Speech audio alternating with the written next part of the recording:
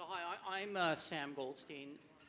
Just to underline the issue or the importance of just individual action, I was the director of legal affairs for B'nai B'rith for 2 years, recently stepped aside, and how this event happened was I invited David Bernstein. I'd read his book, liked the book, understood what was happening. He articulated the framework which I had sort of recognized, and asked him to come speak in Toronto. He came to speak in Toronto, came over to my house for supper. I talked to him about trying to put on an event. He put me in touch with David Steinberg. We then got in touch with Andrea Spindle, and that's how this event happened today. So it sort of underlies the importance of just individuals trying to do something. You don't have to have group action. You could have individuals coming together. It starts with one person. So as a criminal lawyer and as a lawyer, I think it's important to sort of look at some of the legal actions, how to respond to the issue. I think just to set this up for a moment, we as Jews, we've always believed in equality. The history of the 19th and 20th century was the expansion of equality. We've had equality for women, for blacks, particularly in the United States. We had equality for the gay community. And something has happened now with our concept of equality. So the first person I want to introduce is Bruce Pardy to my immediate right. He's a professor of law at Queen's University, also the executive director of the Rights Probe. And Bruce, what's going on with this issue of equality? It seems to me that equality no longer means equality. That's completely correct. So think about it this way. There are two competing versions of legal equality.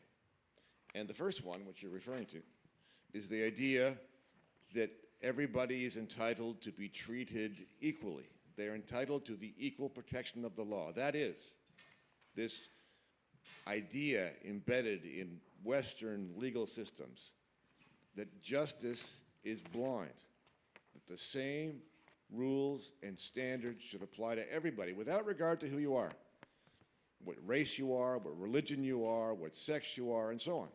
Okay, that's the first idea. The second idea is the opposite one, which is that different rules and standards must be applied to different groups of people so as to achieve equal outcomes. This is equity.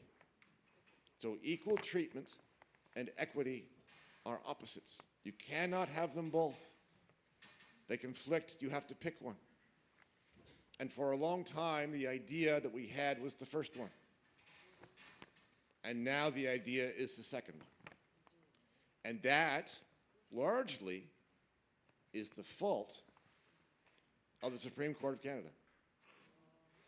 And in particular, not exclusively, but the architect of this change, in large part, have been prominent, progressive, Jewish lawyers.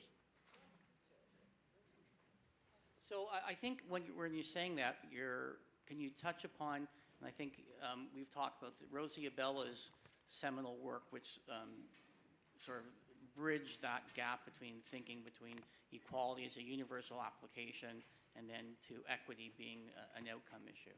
Yes, actually, Rosalie Abella is the first person that comes to mind, whose name you may recognize.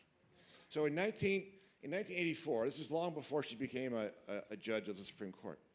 In 1984, she was appointed to head a federal commission on employment equity. And her report contained an idea.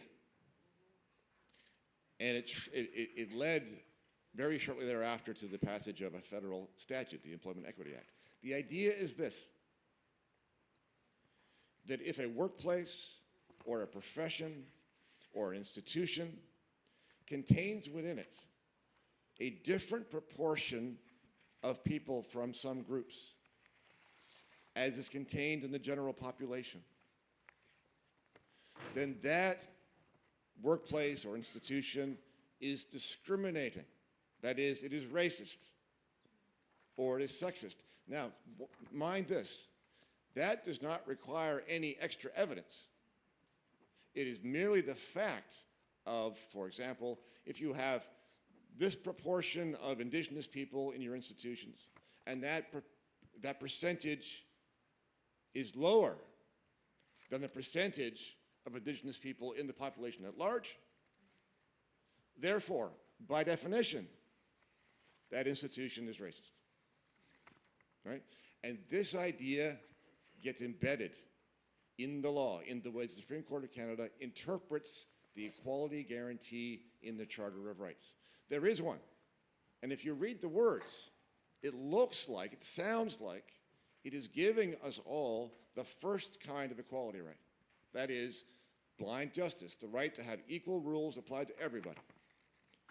And through the whole history of charter jurisprudence, from the very beginning, the Supreme Court of Canada has instead applied the Elmaleh idea, which is that the Charter requires substantive equality, meaning equality of outcome between groups.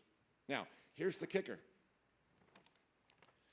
If an institution or a profession or a workplace contains a lower percentage of certain kinds of groups, then that's racist. If you have too few of certain people, that means, by implication, that you have too many of other kinds of people. Because it always has to add up to 100. So consider the legal profession. The Law Society of Ontario, just for example, has adopted, like so many other institutions, adopted this idea. The Law Society of Ontario maintains the legal system in Ontario, the legal profession in Ontario is racist. Now, here's what they mean.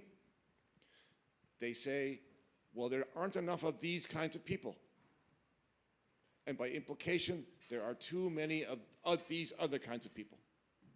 They wouldn't put it this way, but here is what they mean. There are too many Jewish lawyers. That is the implication of the case that they are making. And among the people, among the strongest advocates of this ideology embedded in the law, and especially at the Law Society, as I said before, are progressive Jewish lawyers. So just before I move on to Howard for a moment, Bruce, so it seems to me that what you're saying is it's not so much that our laws per se are the problem, but rather it's the people, the judges, who have been interpreting laws. Is that fair to sort of sum up a little bit of what you've been saying? Yes, that I think that's fair. But so let's just put it this way, though. Your statement is absolutely correct, but it's even more fundamental than that. So you read the Charter. It has words. It says you have freedom of speech. It says you have equality. And you think, well, therefore, I have freedom of speech, and I have equality. No, you don't. Because the Charter means nothing other than what the court says that it does, right? So just a very quick example. You read freedom of speech. You think, I have freedom of speech. Well, just take a very simple example. If you go up to somebody on the sidewalk and you say, your wallet or your life, I have a gun in my pocket, okay? That's speech. That's not protected. That's an assault. It's a crime, okay? But the Charter says freedom of speech. The point is this. There's a line somewhere inside the provision that's not articulated. And where the line is and what the provision means is not up to you, and it's not up to me. It's up to the court. So whatever the court says it means, that is what it means. And so our equality provision today means substantive equality. It means equity. It does not mean that you are entitled to the same rules as everybody else. So, Bruce, you certainly underlined the primacy of the judicial position, and I want to get back to you a little bit later about maybe how to. Sorry, thank you. You certainly underlined the primacy of the judge, and you've, by implication, I'd like to get back to you about how we select our judges and the importance of that. But just for the moment, Howard Levitt, I don't think I have to introduce you, employment lawyer, writer for the National Post. And Howard, Bruce seems to be setting up that our our courts and my language have been captured, and we've got problems in the courts, but yet, how do you think, notwithstanding a little legal terminology, despite the fact that we may have a captured court system, do you agree with that, and how do you deal with it, and how do you see fighting, in particular in your area, unions and institutions? Well, give me a mic. Let's start with Oh, that. okay, sorry. Okay, thank you. I thought there was one. Get one next to you, just to the left. Okay, you got it back. Give me back my microphone. Okay. Bruce and I met about a year ago. We fought to try and get more of our people as benchers of the Law Society and fighting it back against the woke establishment that historically dominated. I should point out that I was a bencher, and then Howard defeated me in the last election, but he replaced me. I voted for me. So that's how... Me too. That's how Bruce and I met. But we lost to the woke establishment. And I thought, a lot of these people are running to be benchers in the woke establishment because they want to be judges. Now, the first 40 people who won, because they all voted as a slate, were what I'll characterize again as the woke establishment. The next 40 in line, because we ran as a slate, were us. And now there's 7 of us a year later as benchers. Why is that? Other than one? Because they all got appointed as judges. So that is a good example of who is being selected by the Prime Minister as judges to really underline the point that Bruce is making. And that's not anomalous. That's been the case for some years, that the federal government has been appointing what we'll call the woke left to the judiciary among the candidates that are put forward to them.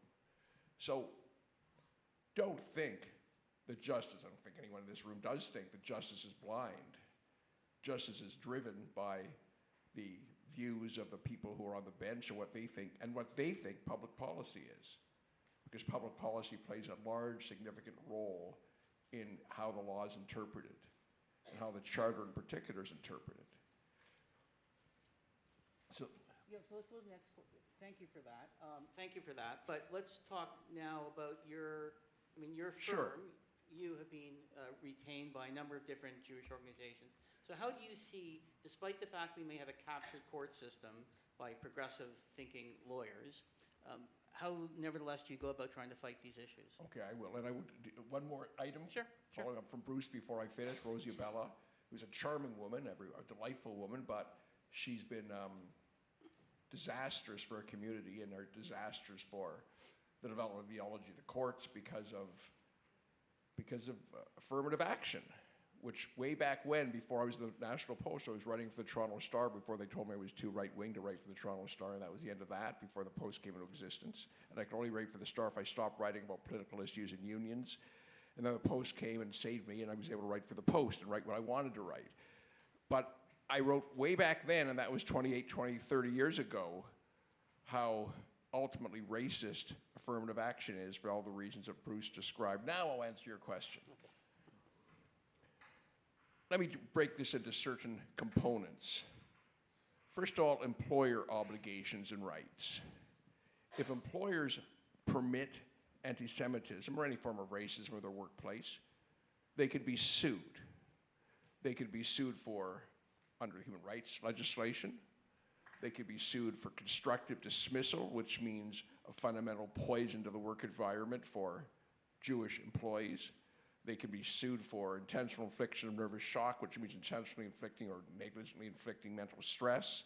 They can be sued for intentional infliction of economic interest. I'm giving you the names of various what we call torts, things you can sue for that employees are not availing themselves enough of. But these are all things that Jewish employees in this case in the workplace can sue. And constructive dismissal is effectively saying, you've made the workplace untenable for me, and if you've effectively fired me, and you have the remedy of a wrongful dismissal action. But on top of a wrongful dismissal action, simply put, which is up to 3 to 30 months severance pay and full remuneration for whatever you would have earned in those 30 to 30 months, and 30 or 30 months, I might bore you with a lecture on the law, but that's the range of wrongful dismissal damages in the country right now.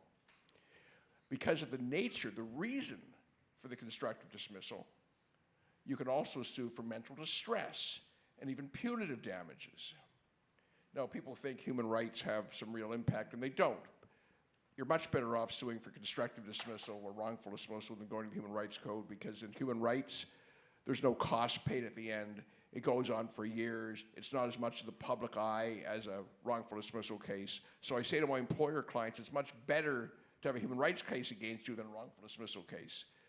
And from your standpoint, it's much better for an employee to sue for wrongful dismissal or constructive dismissal than to sue for, well, than to take an application to the Human Rights Code. Notwithstanding that, our firm has taken Fred Hahn and CUPE to the Human Rights Commission, impotent as that remedy effectively is, because union employees can't sue for wrongful dismissal. They cannot sue for constructive dismissal. They can grieve, and the union decides what grievances are advanced.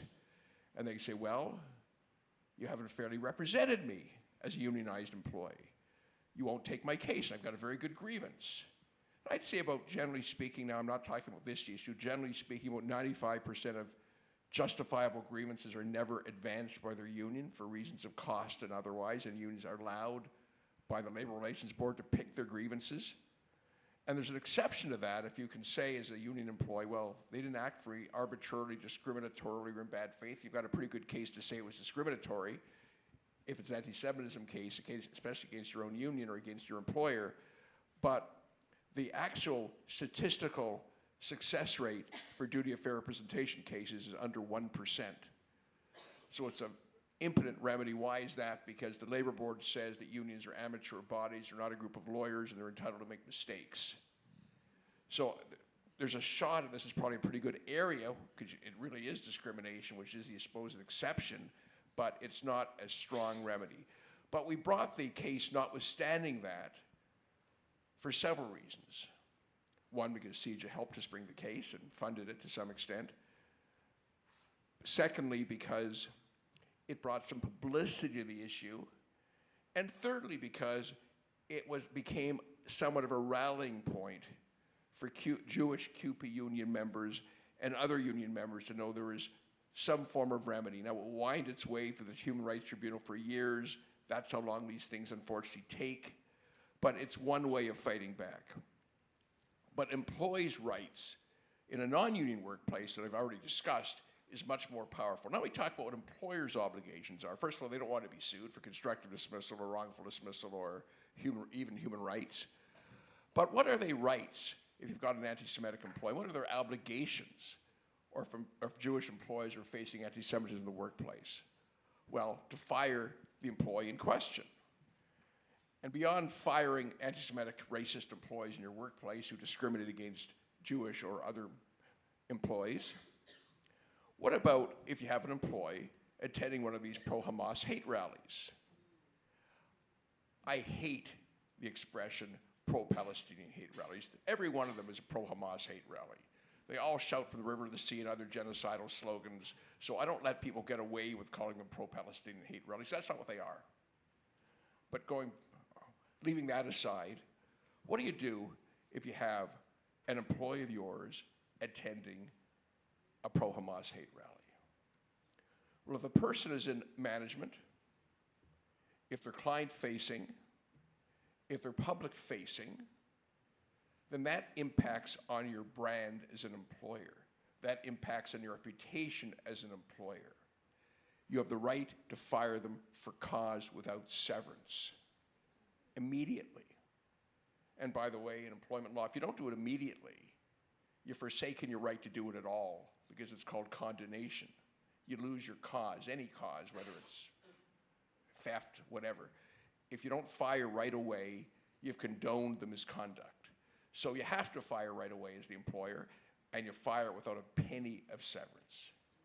Now, what if they're not public-facing or client-facing or managerial, and therefore don't affect your brand? They're in the mailroom. I say fire them anyway. They may or may not have a case.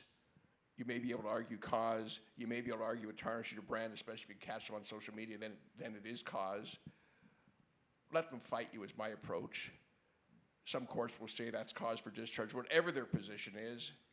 In any event, you can still fire them because the Human Rights Code does not protect ideology. The Human Rights Code protects religion, national origin, various other things, but it doesn't protect political opinion. So they have no protection if they're racist. In fact, they have absolutely no protection if they're racist under the human rights legislation. So that's employers' obligation and what employers' rights are. I'll speak quickly about union employees, which I touched on a moment ago. They've got this duty of fair representation, which is a rather impotent remedy, and they can grieve through the grievance procedure. But what if your union itself is a QP? And there's some decent unions on this subject in this country, and most of the public sector unions are not all of them, but most of them are awful.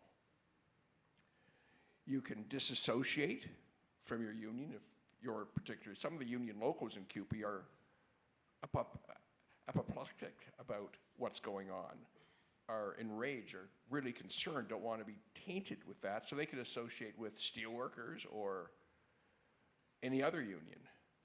They could decertify if there's enough members, if 40% sign membership cards, a particular local, they could then get an application to the labor board for a decertification vote. At that point, majority wins. Or Jewish members could run for the executive of the union. Now that's tough in an institutionalized organization, a massive organization like a QP. But there's enough of a groundswell like now against people like Fred Hahn that it's not inconceivable anymore. So those are some of the remedies that we can pursue in those various forma.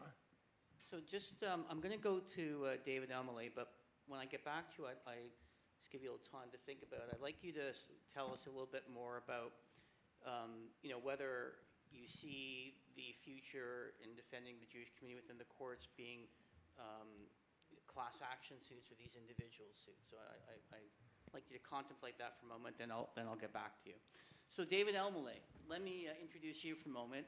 Probably the less recognizable face on this, but probably the best looking as well on this panel. But I too recognize what Barbara Kay was saying about Michael Tepper and the tenacity and the detailed work that he's done and doesn't get the recognition. I think I had asked him to do stuff for B'nai B'rith when I was asking him to do work for B'nai B'rith when I was, as I was saying, the Director of Legal Affairs. So I recognize his great work. But another person, I think, who doesn't get any recognition is David Elmaleh, who, when I had asked and retained for B'nai B'rith to work on cases.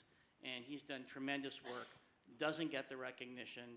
I was involved in a defamation suit against the Law Society, and he represented me and did excellent work, and I was ultimately successful in that suit. And thanks, David, for your help on it. So I want to give a little recognition for David Elmaleh with Thanks, Sam. and his partner, Aaron Rosenberg as well. They've done stuff for Brooke Goldstein and so on. But David, I want to get to you now. Now, we've talked about equality and the changing issue. We've talked, Howard was talking about, discrimination, but let's talk now about some of the problems within the Human Rights Act. As Howard was talking about, you've got these heads of prohibited grounds of discrimination. You've got nationality, you've got religion. You specifically did a case against U of T and the Graduate Student Society. We were ultimately, I think, successful, not as successful as we would have liked to have been, but it was that incremental type of achievements that you can achieve. Let's talk about that. Give us the big story about what that case was about, the problems that you had within it, and then the outcome. Thanks so much, Sam, and thank you, everyone, for being here today. Just to start, we are in the midst of war. There's a war in Israel on the northern front that just opened up on October 8th, and it intensified recently. There's war on the southern front. There's war on the home front. There's also war for global Jewry, and the fronts are in the media. The fronts are in the courtrooms. The fronts are in universities. They're behind the scenes, and they're in front of the scenes. Last night, I had the privilege and the pleasure of meeting 3 soldiers that were on the Kisufim base on October 7th, that lost their friends, that lost their comrades, that lost their families. And the message that they gave to us in the diaspora, in global Jewry, is to continue fighting, to continue struggling. And it's the same thing that I tell my 7-year-old daughter, which is we can do hard things. We can continue the struggle, and we can continue doing the work. Win, lose, or draw, there is tremendous value to stand up for the principles that you believe in, to stand up for right, to stand up for truth. Before I get into the U of T case, I want to just mention very briefly the different fronts that we have that we can use at our disposal. And one of them, and Barbara mentioned it, and everyone here, is in the courtroom. And it's important not to look the other way. I had the privilege of representing an IDF veteran. His name was Shai DeLuca. He's an interior designer, and he was grotesquely defamed by a notorious anti-Semite and somebody who operated an establishment called Food Vendors. And what this individual with this company did was they defamed him publicly. And you know, when we talk about setting up our own shingles and opening up our own businesses and the window shopping, these days it's all online. And when somebody goes after you online and they attack your reputation, when they slander your family name, when they slander your business, my message to you is to please consider everything, of course, and get legal advice, but stand up. And this was a 3.5-year battle where ultimately there was a sitting judge. It was Justice Papagajo, and she ruled in our favor, and she found that calling someone a terrorist just because they are an IDF veteran, it's inappropriate, it's wrong, it's anti-Semitic, it's malicious, it's directly malicious, and also in the law of libel and slander, you can also prove malice by showing a reckless disregard for the truth. And that's our role. It's to stand up for the truth and to demonstrate to these folks and the institutions that the ones who are directly malicious need to be held accountable, but so too the individuals and the organizations and the institutions that are simply being reckless. So there are avenues to succeed in the courtroom, but we do have to be selective because bad facts make bad law. The second ground, not just in the courtroom, but touching on it, it's symbolic. And one of the things that my team managed to do is we took on and we represented a small winery, you may have heard of it, called Psagot Winery. And we decided, together with our clients, to defend itself when a federal court judge said that putting a product of Israel label on its bottle of wine was false and malicious and deceptive just because that winery was over the green line. Well, if it's not part of Israel, what is it a part of? And what we ended up doing was we intervened at the Federal Court of Appeal, and we got not only intervener status, but party status. And we were able to put in evidence establishing that, hold on a second here. We understand that there's international conflict. But at the end of the day, we're talking about a winery that not only employs Israelis, but that gets its power from Israel, that pays Israeli taxes, that is subject to domestic Israeli law, that is subject to international Israeli customs law, that has the IDF forces protecting it, that has near sovereignty over the area. And we managed to establish that the product of Israel label was not false or misleading or deceptive. And if we put some additional information on the label, that we can do it. Now, that was a legal victory, but I don't want to focus on that. What I want to focus on is that over the course of those 5 years, What we were able to do is galvanize the community. Instead of the boycotts, we had boycotts. We put out one press release, and all the Israeli wine and all the kosher wine in the local LCBOs in our areas, they were all sold out. And guess what? Can you guess what the LCBO did? It restocked the shelves. It wanted to make some money. So there's value in symbolism as well, even in what we consider to be low-hanging fruit. Now, going to the grad student case, so I had the privilege of representing a graduate student who was forcefully, in essence, because he was a student, he had to be part of the union. And as part of that union, there was something called a BDS caucus, which wouldn't allow Jews in, which wouldn't allow Israelis in. And we took it and we did the internal complaints process. And I'd be interested even in everyone else's comments on this, but it was just awful. It was a terrible process for the students. We could tell from day one, that maybe we'd get a Pyrrhic victory, but at the end of the day, it took 4.5 years, and the person who started as a first year ended up graduating before we got the decision. Now I have about a dozen similar complaints across universities and colleges in Ontario, and you see the same process playing out, which is that these institutions, I think intentionally, perhaps it's just bureaucratic, but they're slow-walking these complaints.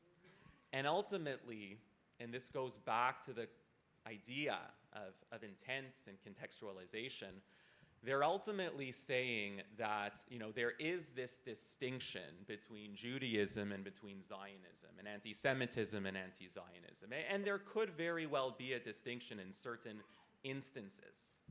But why is it that when there's conflict in Israel, anti-Semitism goes up here at home? Why is it that people are piling on the only Jewish state, and it's impacting us? And I'm somebody, and I consider myself a religious Zionist. I wear my kippah, and what I would love to see actually is for us to move a little bit away from these national origin type of arguments under the code, and to move a little bit more to religion. Because in my view, you don't have to be religious to appreciate the connection between Israel and the Jewish people. Under every chuppah, we talk about internal Jerusalem. And if we forget Jerusalem, we forget our right hand. At our seders, when we pray, when we bless our children, it is completely embedded in our fabric and in our religion. And in my view, notwithstanding some other things the Supreme Court has said, the famous case Amsterdam, which was out of Quebec, that went to the Supreme Court about religious freedoms. There's a case about a sukkah, whether it can be on a balcony or whether it has to be on the main thing, and there were rabbis on each side that were talking about what the halacha was, what the Jewish law really was. And what the Supreme Court says, it doesn't really matter. As long as you have a sincerely held belief on reasonable grounds, then that should be protected. So David, just to move forward a little bit, because we have a limited time, ultimately what happened is you went through the process. I think it's important to point out, long process, you kept to it. Ultimately, the administration found, I think overturned the lower decision, but they found that there was a discrimination on national origin, and then withheld 11% of the budget that they were giving over to the graduate students. So they were denied the 11%. Not a complete victory, but I think it was a symbolic victory. Before I get to Bruce, get back to Bruce about the selection of judges and so on. One of the ideas that people talk about, you had problem, and thank you for talking about the importance of religion. I think it's an important point, and our Supreme Court's ignoring that right. One of the issues you had is whether to proceed by national origin or by religion. And there's a belief now that if we implement the International Holocaust, what does the R stand for? Remembrance Alliance, I think it is, the IHRA, that by adopting that definition, particularly the definition dealing with the double standard, that would prove to have that would show anti-Semitism. We've talked a little bit about that issue. I What do you think about that? Will it help? I think it will help.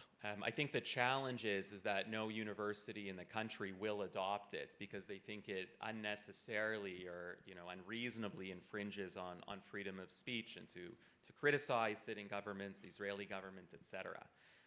So I think it's an uphill battle and it's a challenge, but we need to keep pushing the envelope.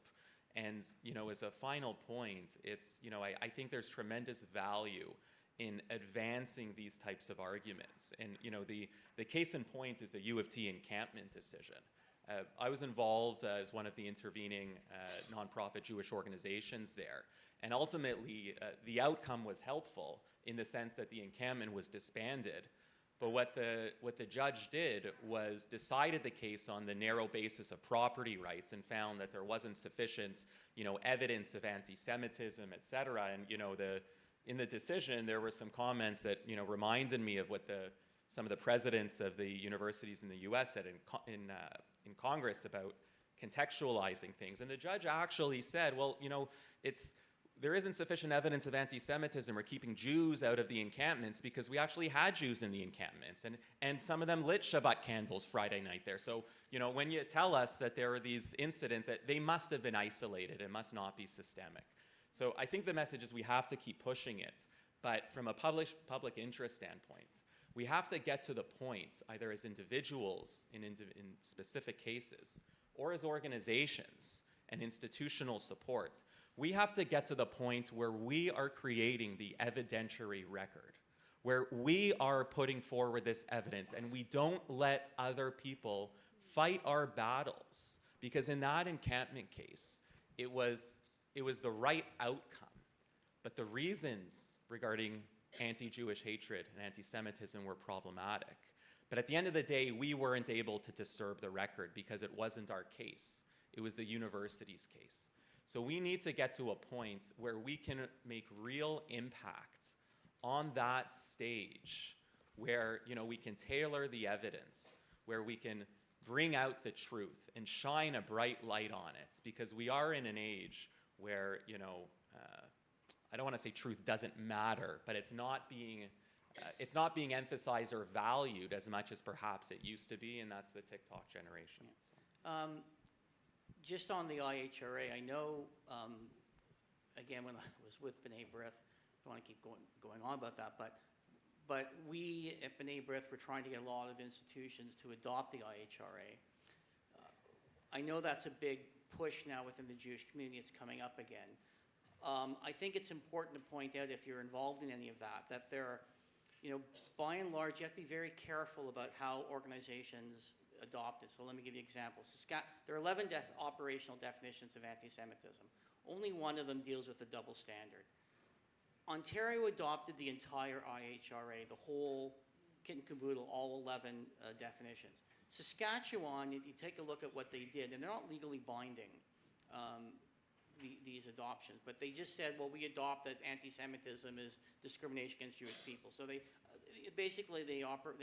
accepted the first definition of anti-Semitism. Now here's the problem. Unless you adopt all 11 definitions, it's meaningless. And I'll be quite frank, a little bit of Chatterhouse rules here. Internally with B'nai B'rith, I was opposing those people who just said, well, let's just adopt it for the sake of adopting. I said, it's useless. It has value if you adopt all 11 definitions, because then you could say the double standard is tantamount, but not equal to, anti-Semitism. The second thing I think it's important is that there is a lot of pushback, and I think some legitimate people may not like to hear that, about the free speech aspect of the IHRA's definitions of anti-Semitism.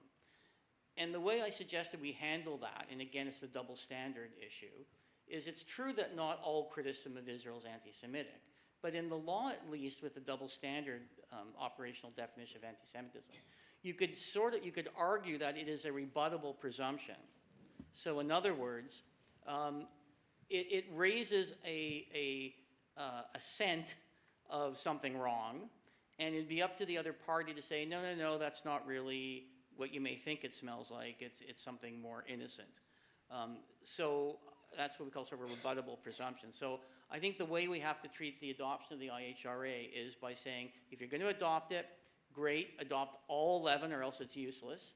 And the way to deal with the any legal blowback about the double standard in terms of free speech is to say, listen, we're not saying it is anti-Semitism. We're just simply saying it raises suspicion. It's a rebuttable presumption. And therefore, in law, you could say, listen, they've allowed the encampment. Let the university prove that they weren't allowing the encampment for reasons other than sort of anti-Semitism. So that's an important takeaway, I think, when you're dealing with the IHRA. But we're going to go to Bruce and then Howard, then we'll open up because there may be questions that some of you may have. I hope someone asks about the importance of freedom of religion. But Bruce, so Howard pointed out that many of the people who got involved on the sort of oppressor-oppressed slate of benchers ultimately became judges. Papa Giorgio, who was the one who did your case, was one of those people.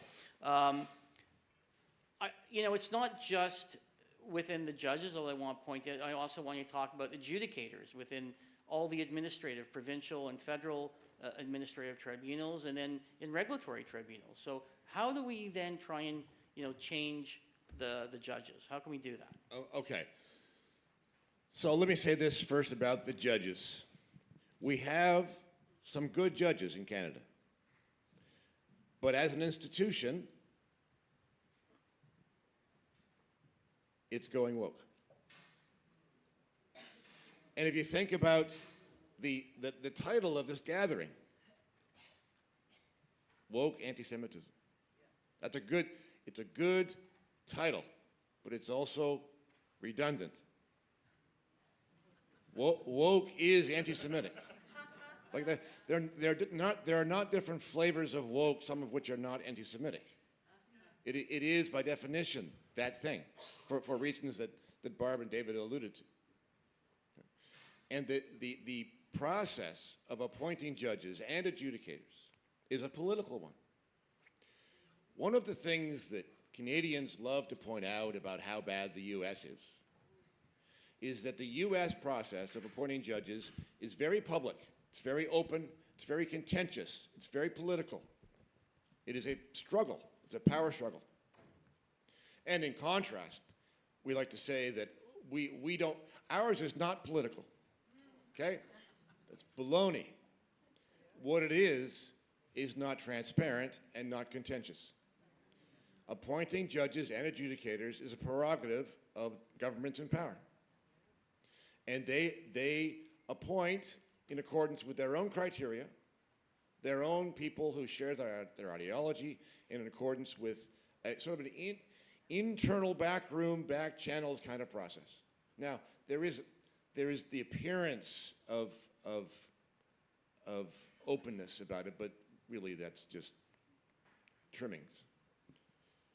And you will find over time, I think, although there are some exceptions, but the pattern has been this, that the characteristics of our judges do not differ greatly depending upon the political party that appoints them.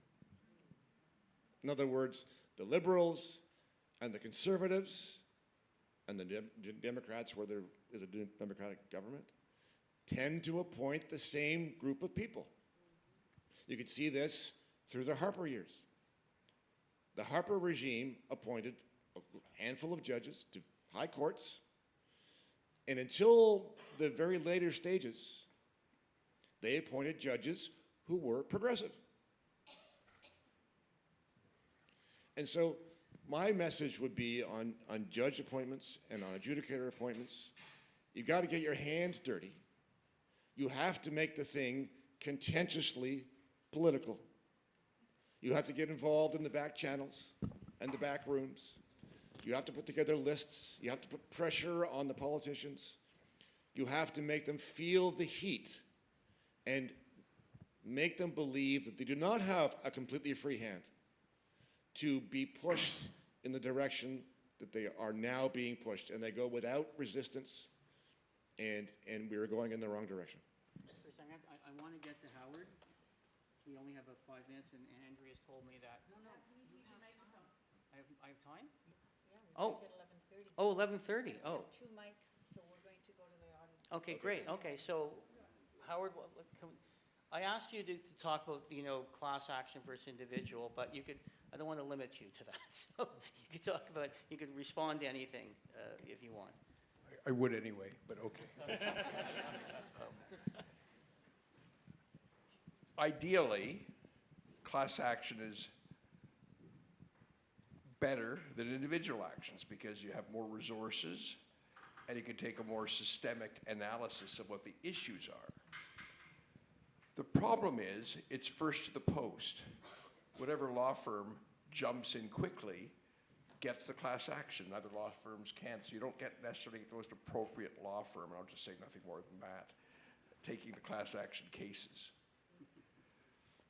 A law firm that does class actions, at least has done one of them in the past. There are some very good class action firms. I would have rather have taken the cases against the universities than the one that took it, to put it mildly. Now, that doesn't mean that individual actions aren't very useful. David's talked about his own experience with individual actions or action against CUPE, although probably not much will come of it at the end of the day. And because it's human rights, it's going to be largely behind the scenes. At least it gives some, I've talked about this earlier, some ability for Jewish CUPE members to coalesce behind and realize it's not just them, it's not just individuals. And also individual actions, statements of claims are public. And in these sorts of cases, it's not necessarily what happens at the end, and oftentimes never gets to the end for various reasons, but you get in a libel-free format to say whatever you want in a statement of claim, because you can't be sued for what's in a statement of claim or a statement of defense. And that permits you to set out very clearly precisely what is going on. And the press is allowed to publish it. And I'm delighted to hear that Rob Roberts is being honored. He's doing admirable work as editor-in-chief of the National Post, and the Post has been very good about, and the Sun, to a lesser extent, has been very good about publishing these stories. So that allows the Jewish community to galvanize around information they may not otherwise know about. And to the extent a reporter can write about a story that's happening in the community, a synagogue bombing or whatever, there's much more you can say in a statement of claim beyond that little episodic issue, and go into quite some depth that the press is then able to talk about without any fear of libel, without any fear of a lawsuit. Now, just about the universities for a second, the encampment were atrocious, but they weren't just atrocious because they were permitted to occur. They were atrocious because of how they ended.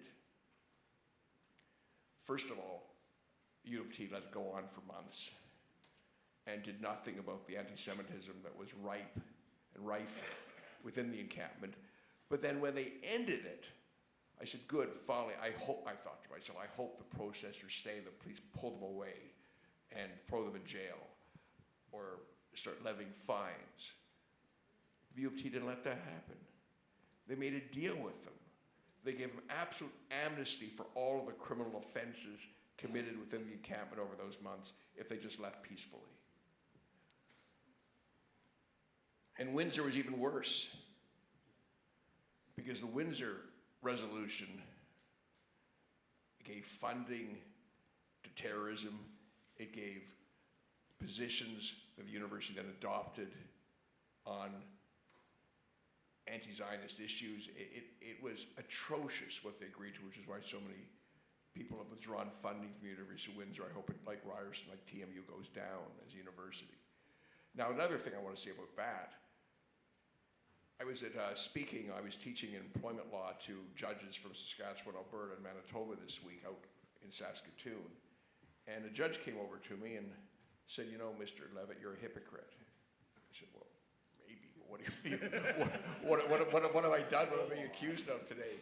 And he said, well, you wrote in favor of Jordan Peterson's Freedom of Speech Act form at the Supreme Court. You talked about how it was suppression of free speech. But 2 weeks earlier, you supported Sullivan Cromwell's position of big U.S. law firms position they should not hire people attending these Hamas hate rallies.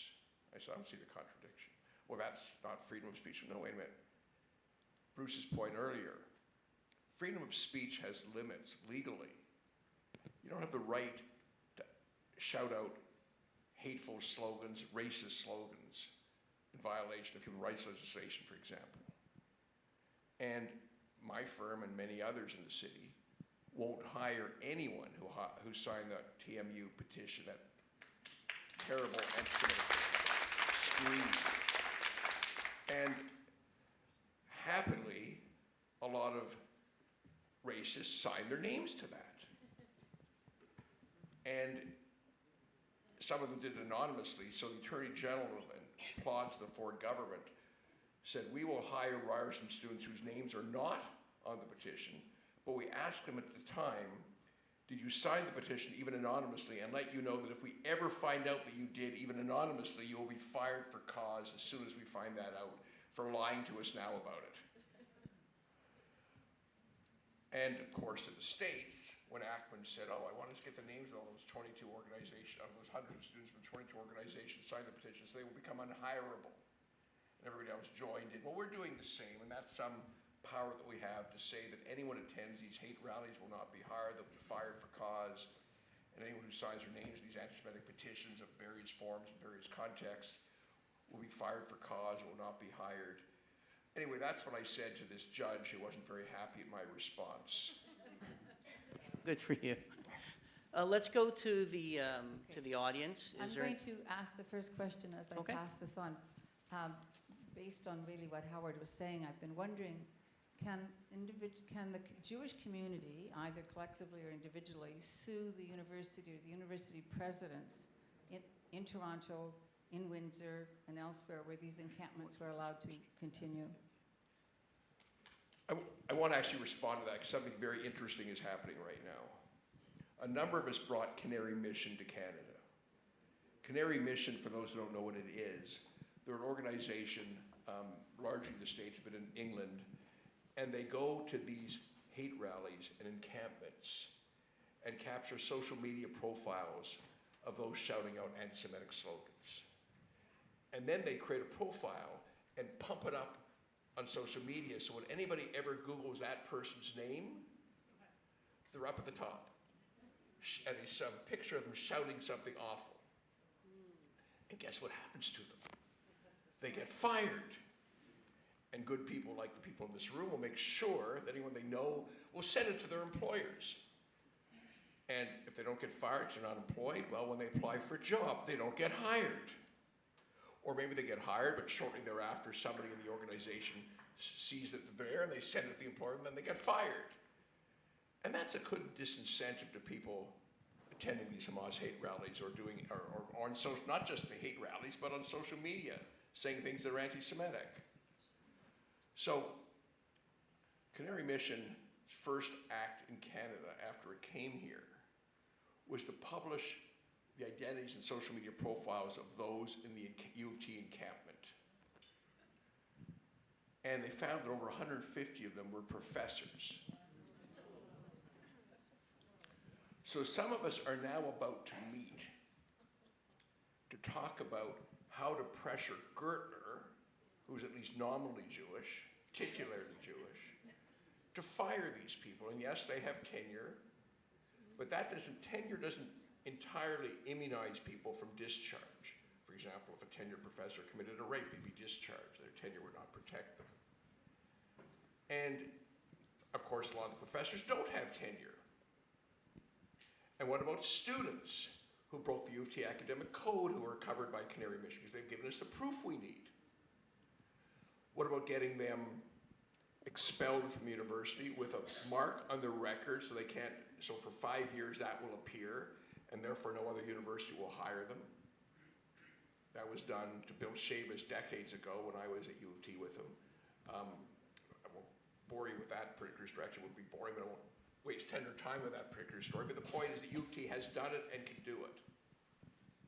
And so a group of us are getting together to talk about how we can accomplish that and pressure the university to deal with these miscreants in their midst.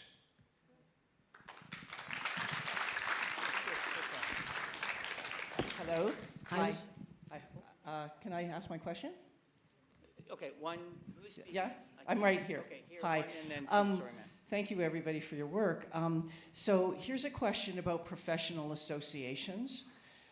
So in social work, there is any number of social work academics who have been in the media even because of their social media justifying October 7, this kind of thing. So what happened is there's one social worker who has just been awarded a distinguished social work designation by the Ontario Association of Social Work. They ask people to submit, vote for people and submit, and they pick somebody. And this is somebody who, right on his Instagram, he has a post that justifies October 7. He has written on medium.com an essay which pathologizes Zionism.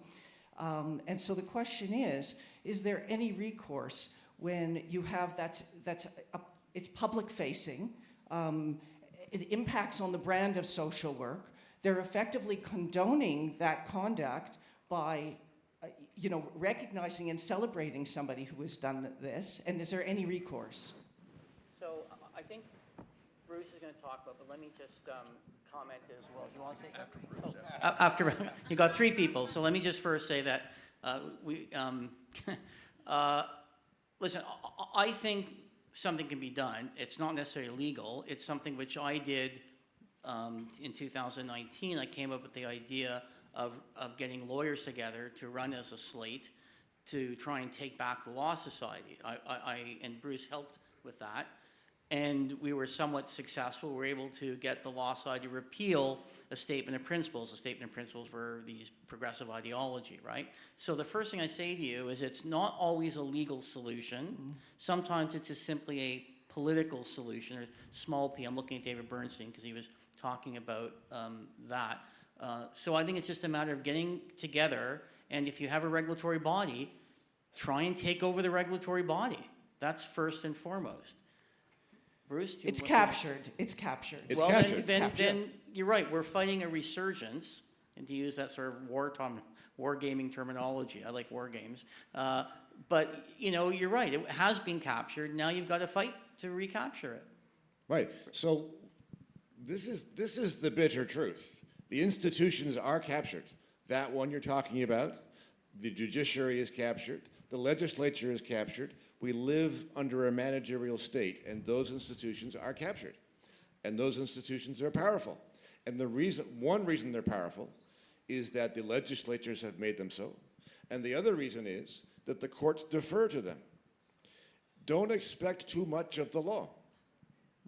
If you're thinking that, we have this problem, but the law will protect us because the law is solid. It's written down in black and white. It's what it's there for. That is not true. The law is a cultural phenomenon. The law is a political phenomenon. If those two things turn, you're in a lot of trouble. So the better approach to that kind of problem is to do as Sam suggests. Don't expect the law to fix that, because that institution has a lot of power and is given deference by the courts and is given probably a broad mandate by the legislation that creates it. So the better thing to do is to take it back. Howard?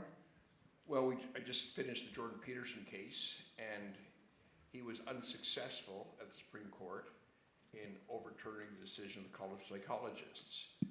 The College of Psychologists or your board of social workers have a lot of power to make whatever decision they want. And the court is only going to set it aside on a scale of highest of deference to the supposed expertise of the administrative body in question. That is the law right now. And I know Bruce has written considerably about that law and been quite critical of it, but that is the law. So really what you have to do is try and recapture the organization in the next election. In the meantime, as occurred with Jordan Peterson, the College of Psychologists, and by the way, they can't find a psychologist right now to re-educate Jordan Peterson. That isn't public. They can't find anybody. So I'm sure they will. They'll find some of their fellow travelers yet, but that's why there's been this delay. But the point is that it is now embarrassing for the College of Psychologists. You could make it, hopefully you could politicize and make it embarrassing for the Social Worker Association in the same way by Media. publicizing it. Media. Well, running a group of people, media. But just to bridge what Bruce was saying and Howard's talking about Jordan Peterson, when Jordan Peterson first went to the court to argue that his regulatory body didn't have the jurisdiction to discipline, or not even discipline, to force him to engage in that re-education, his judge was Paul Shabas. Paul Shabas was the former treasurer of the Law Society who brought in the statement of principles. Why in the world, and it wasn't Howard, why in the world Jordan Peterson's first lawyer didn't ask that judge to recuse himself? And she didn't tell Jordan Peterson that fact. Yeah. He would have obviously, and he told me, he would have challenged it Yeah, immediately. Two of the three members of that panel were ideologically driven, Right. historically. And I'm surprised you didn't try and argue ineffectiveness of counsel when you tried to judicially review it, but we could leave that issue alone. But I was just, so there sort of, goes to the importance of getting involved in your regulatory body or your association or your wargamer group. And the fact is that our judges are being politicized. Let's go to over here, if you don't mind, ma'am. So that's actually Okay, back to you. What I was going to ask is, based on what you guys were saying today, talking about woke judges that are up and coming or that are here, and based on things like we just saw the U of T, the judge didn't punish anyone. How are we supposed to feel safe as, never mind Jews, but just people with morals and values? How do we go forward and not fear for what the future is going to entail based on all these woke judges or people that aren't doing anything? Keep fighting, don't give up. And don't not be fearful. I mean, the situation that you're describing is real. And so we have a real problem, a huge, real problem. The first thing to do is to understand that it exists, and don't bury your head in the sand. There are things we got to do, and they're hard things. I guess it just feels that if the judges are the ones that we're now having to deal with and face with woke and whatnot, the layman person. Well, you got to go back. So this could be a generational thing. I mean, you may have to start with your kids. So to enable them to grow up in a way that does not allow them to be indoctrinated with the same ideology. Howard wants to say something as well. Sorry, I don't want to that's cut you okay. off, Bruce, but As a community, we are timorous. We've historically been timorous. We're fearful. We're not tough. I'm just going to give a stupid example, but when I was a kid in Hamilton growing up, where being Jewish meant you were in fist fights every day of the week virtually, you killed Jesus, etc. But then I came to Toronto at Jewish summer camps, and it was just a much tougher group in Hamilton. We're just not tough as a group. Israelis are tough. We have to be tough. Keep your mezuzahs out there. Wear your Jewish stars, even if you wouldn't have otherwise. Be tough and be resilient and show that you aren't being cowed.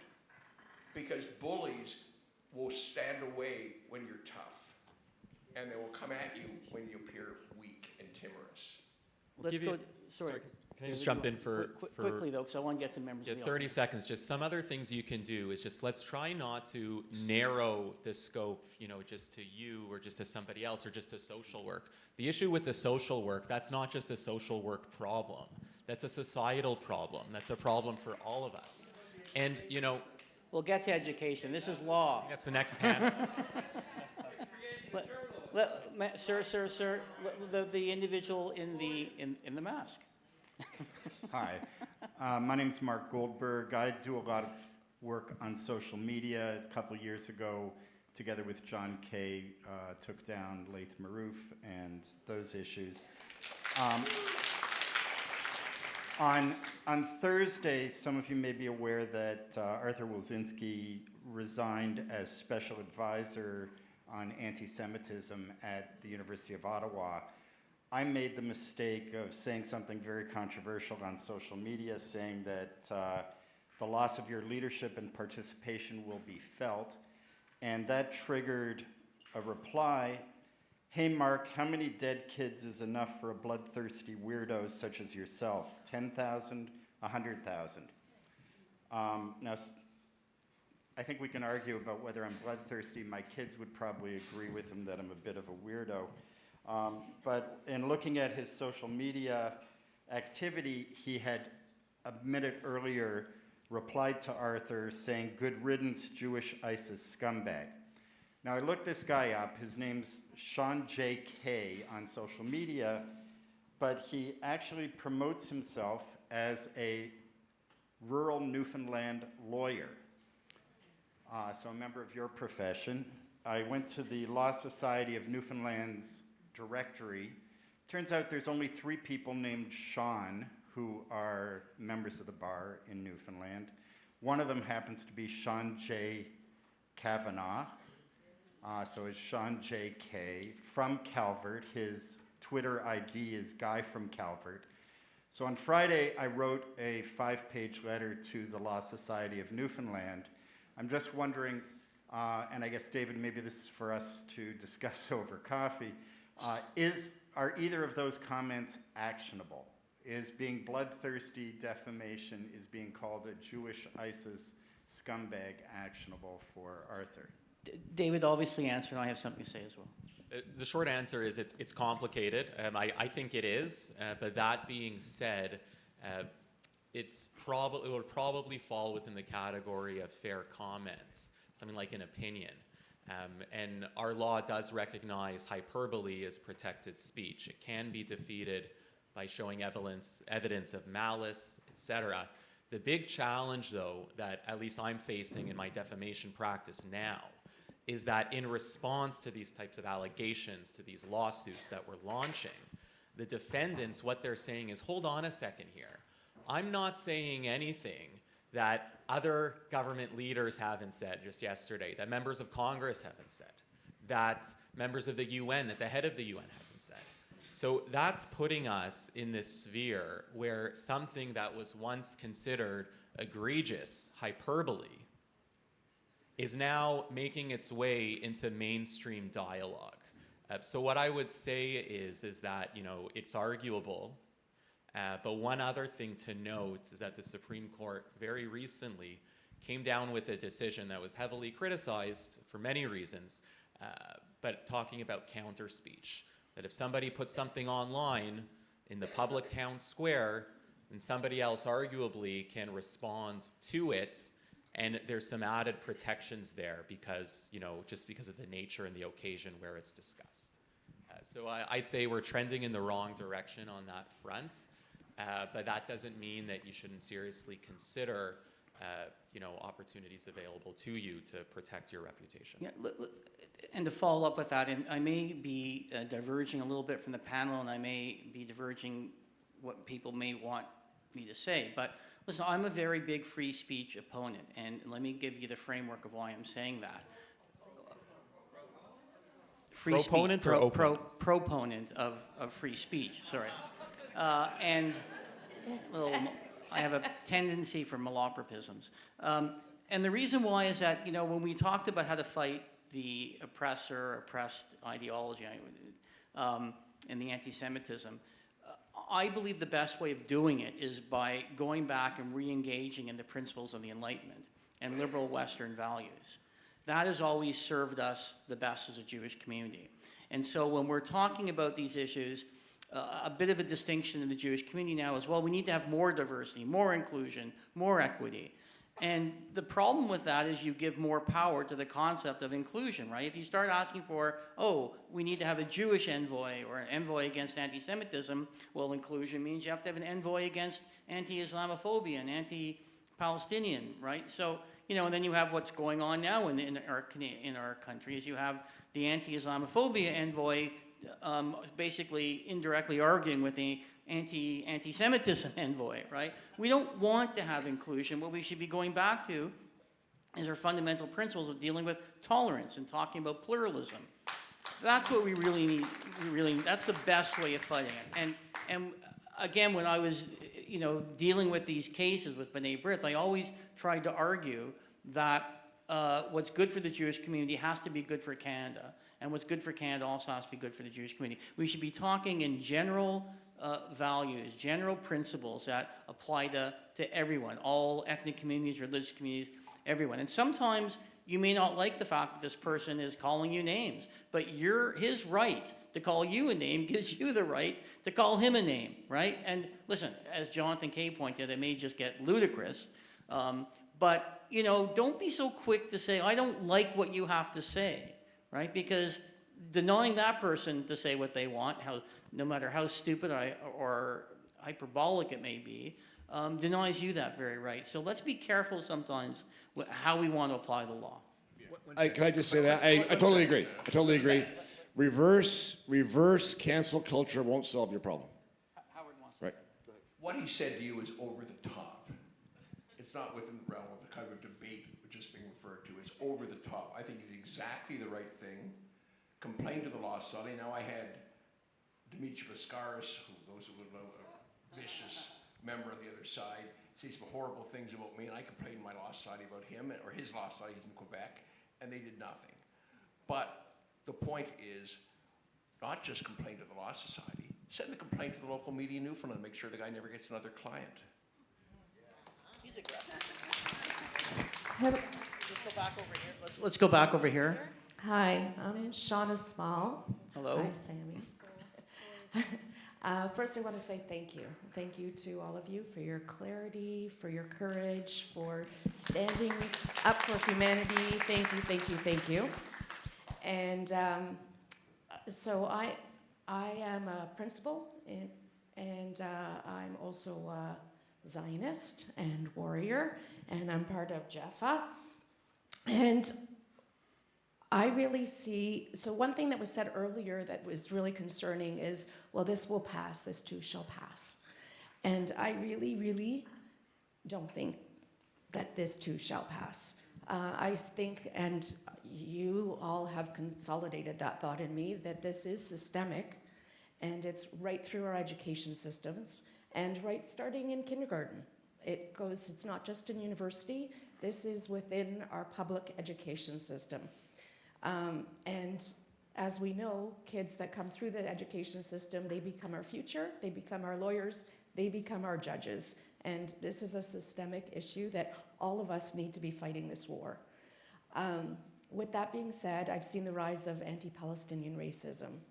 And one thing you said, I think, Sammy, you said human rights doesn't protect ideology, which is great.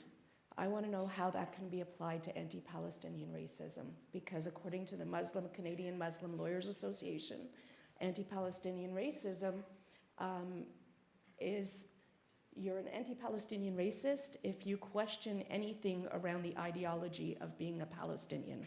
So their Nakba, their return to Palestine, all of that, which we see as part of Hamas's chapter. Hamas is a terrorist ideology. So how can we apply human rights protection? If human rights doesn't protect ideology, how then are teachers being suspended for anti-Palestinian racism? So I'm going to answer your question this way. Okay. There is going to be 2 panels on education, and those panels will deal with it. You may not like when I'm about to say this, but again, I think free speech is the answer, which is if you don't like, you're right, to support anti-Palestinianism is to support an ideological vision of history or visionist history. So speak out against it. That's all. It's not a legal use. I mean, again, free speech, by supporting it, you're furthering it, and that's the way to do it. Let's go back to this side of the table. The very tall man over here. Morning. This has been a great panel. So, in short, I volunteer with a security organization called Magen Haru, which we are on campus, just to make sure that, let's say we're right next to campus, just to make sure that the Jewish kids and others feel safe. But in short, I had a very interesting experience, because when you're out there with the rallies and you see, the Hamas mobs, you wonder why the police don't actually just stop them. Or, like, for example, a Hamas mob can move from campus and just take over the street, and all of a sudden, that street's blocked off, and traffic has to find another way to get where they're going. And you're wondering, why isn't the police not doing anything? And I was talking to a gentleman, and unfortunately, I didn't get the chance to get the full context. But the person that looked to be the captain, we had a very brief conversation. And essentially, this gentleman from Toronto Police said that according to, I believe, the criminal code or something of that nature, they don't consider From the River to the Sea to be hate speech. And therefore, because there is no hate speech occurring, technically, it's just free speech, their hands are tied. So that's why they are forced to essentially let these Hamas rallies occur until someone smashes a car or does something, and that's when the police will step in, which is why you'll probably notice that a lot of it is reactionary, and they're not actually sort of just stopping a Hamas, like a hate speech entirely, which I think is weird, because if KKK were protesting downtown, I would say, what the hell's going on? So my question is, from a legal perspective, I do wonder what can be done and why this is the case. So let me answer it. So first of all, there's two issues here. One is the issue of policy for policing and what's something, the legal definition of hate speech. So first is, it's quite clear, and as Karima Saad here, I know she said that she wanted to come, and we tried to make space for her. She and I have talked about this. I encourage you to go speak to her about it, because one of the things that she's been noticing, and I was commenting with her, is that initially after about the G20, whatever, 10, 15 years ago it was, the police changed from interfering and trying to prevent these demonstrations to facilitating a demonstration with the hope that they'll just simply move on, right? And they've been adopting that policing technique with the demonstrators, being naive to think that they'll just simply move on. I think, as Karima would confirm, again, speak to her about it, she's noticing that when there's a bit of a change now, and particularly when these demonstrators are interfering with the police or property, particularly buildings, they'll start getting involved in arresting and breaking up. So I think that's what's happening, and I think it's the wrong policing model that they're using, but that's a political issue dealing with coming from the mayor and so on. So I have 2 more minutes. The other issue about whether From the River to the Sea is remember, there's no hate crime in Canada. What it is there's one offense dealing with public incitement to hatred towards an identifiable group, which is what we all commonly refer to as the hate law, and the other one is dealing with incitement to public disturbance, right? Listen, you only have what we consider to be the first one if you're saying kill Jews, and that's the reason why is because we value free speech. There are instances across Canada, about a year ago, you have the Sept case in Quebec, and you have another case in Saskatchewan, where the courts have said, one person in the Sept case in Quebec said that 2018 will be the year of Nazis or Nazification. The judge in that case clearly saw that as meaning killing Jews, right? We haven't, I think to say From the River to the Sea is analogous to 2019 is the year for Nazification, right? But there is a hate unit in the Ministry of the Attorney General. It's populated by some very good lawyers, some Jewish lawyers, Robin Flimmerfeld, Jamie Kluklach. These people are very smart. I was a Crown attorney at one time, so I grew up with them to some extent, and I know them.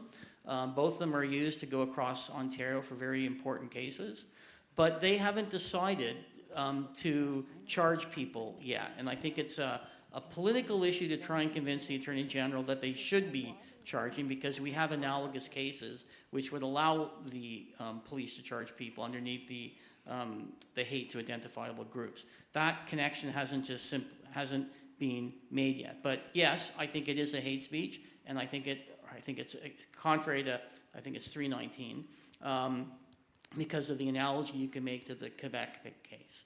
But, I have a case out where in Gravenhurst where a woman came out, and Barbara Kay might be interested in this, started protesting these transgender women, drag queens, giving classes to young children on how to carve pumpkins. She was charged with one of the offenses of causing a disturbance, right?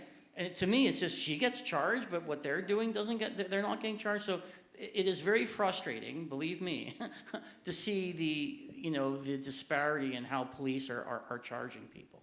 But you're right to be outraged. There is, I think it is, as I say, contrary to that section of the criminal code. But it's going to be up to the hate crime speech and the Administrative Attorney General to make the connection to the Shabut case, and I certainly tried to do that when I was involved more in the Jewish community. I'm now simply a simple criminal lawyer, as I like to say. But yes, it certainly could be. Sam, can I jump in just to give a couple of practical steps very quickly? So number one, document everything, whether it's by video, whether it's memos to yourself, it could be text, it could be emails. Legal processes take a long time, and you're not going to remember necessarily every single detail.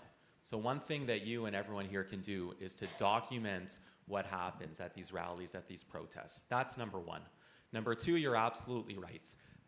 The police in general will not actively get involved unless they are of the view that there is an immediate risk of bodily harm, of serious bodily harm, or property damage. And they've demonstrated that since the first rally, I think it was on October the 9th. But another thing you can do is to try and blend the civil and the criminal. And this is one thing that we managed to do when there was a very significant protest outside a couple of synagogues in Thornhill on March, I think it was 4th or 5th, and then March the 7th.